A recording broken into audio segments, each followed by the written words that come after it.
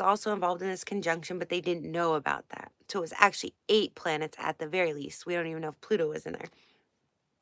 Naturally, everyone assumed the world was about to end, and they meant that very literally.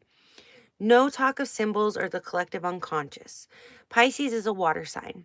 That's right, Neptune ruled. And if everything in the heavens is in Pisces, why then the world is obviously going to end by the flood, right? Because it's a water sign, so it's going to end by the flood.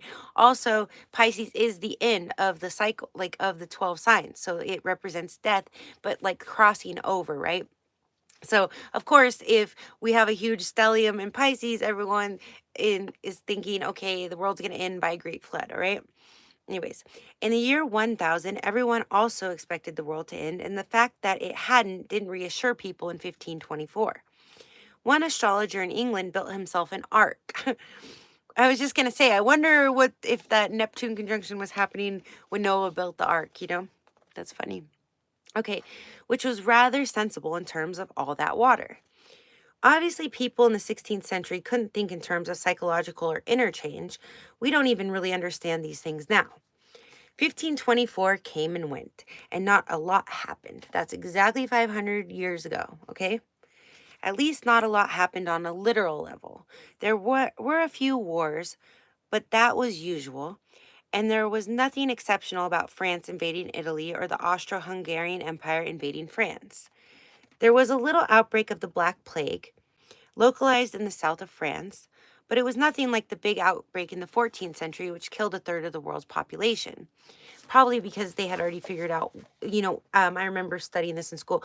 The reason the Black Plague was so scary, kind of like when COVID first happened, is because they didn't know what was causing it and they didn't know how contagious it was, okay? So I'm sure by this next outbreak she's speaking of, they kind of knew that it was from the rats, the fleas on the rats, I believe is what it was, right, you guys? Okay, so they knew like just basic hygiene could help. Anyways, over the decade building up to and following the Great Conjunction in Pisces, and we should remember that these conjunctions have a built up and a dissemination time just like any other transit or progression. So, like I was telling you, we had a Saturn Pluto conjunction in August of 2020 as they were retrograde. It actually had gone conjunct, I think, and I can't remember. I remember looking at it like 2017 through 19. That flew by so fast for me.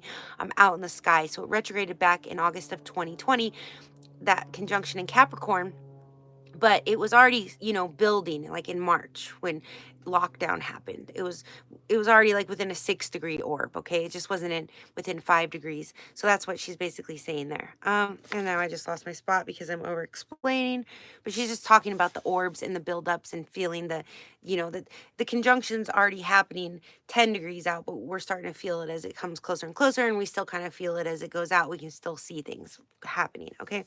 Uh, Gosh, okay. Okay, and we should remember that these conjunctions have a buildup and a dissemination time, just like any other transit or